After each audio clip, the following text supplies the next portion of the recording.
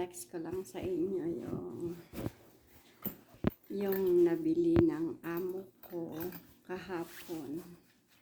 Napakaganda niya. So, sa akin yan. So, sasabihin ko sa inyo kung magkano yung halaga ng nabili ko. Ito yung loob niya. Binili ng amo ko.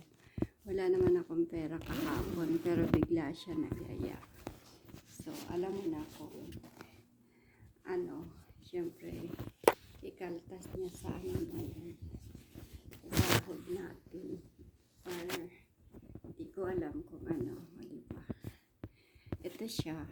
Super lamig kasi dito kapag ganitong tiglamig siya. Meron siyang, ganyan siya. Very, very, very, very beautiful. So, yan siya. Kung nilalamig ka, ayan. As in talagang panlamig siya.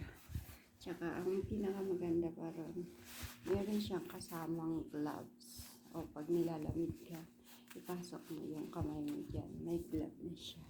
Napakaganda niya. Siyempre,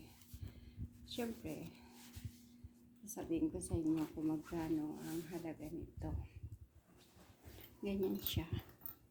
Ito siya, may hood siya. O, diba? Tapos may belt siya.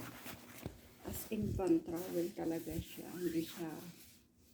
Hindi talaga ikaw mapapahiya sa tsura niya kapag magta-travel ka. Kasi, feeling mo, mayaman ka na rin.